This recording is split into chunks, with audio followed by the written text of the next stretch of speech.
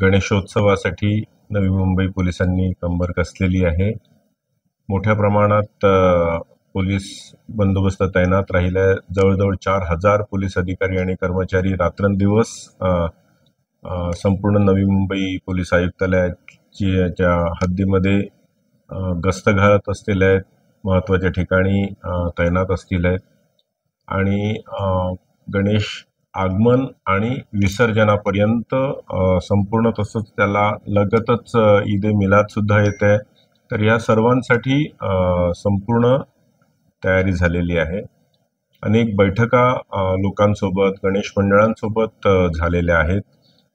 सुरक्षेच्या सूचना त्यांना सांगितलेल्या आहेत, जेणेकरून जास्तीत जास्त भाविकांनी गणेशोत्सवाचा आनंद घ्यावा, पण तो महिलांसाठी आणि इतर समाजातील सर्वच घटकांसाठी सुरक्षित सुद्धा राहावा, यासाठी सुद्धा पोलीस तैनात असतील आहेत।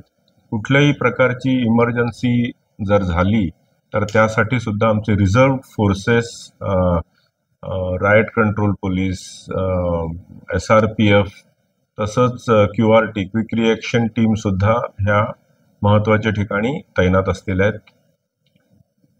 ट्रॅफिकचं नियोजन इतर रोड युजर्ससाठी, कारण आपला हद्दीतून मुंबई पुणे मोठा हायवे जातो आणि इतरही महत्त्वाचे पाम बीच आणि इतर रोड्स आहेत, तसंच उरणची मोठी JNPT वरून येणारी मोठी मालवाहतूक असते।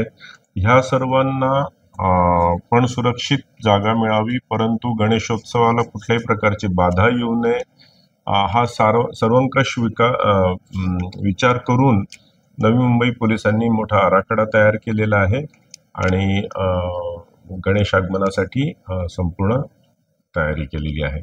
सर्व नागरिकांना नवी मुंबई पोलीस आयुक्तालयातर्फे विनंती राहील की आपण हा गणेशोत्सव मोठ्या उत्साहात साजरा करूयात, परंतु हा उत्सव साजरा करत असताना सुरक्षेचंही आपण भान ठेवूयात।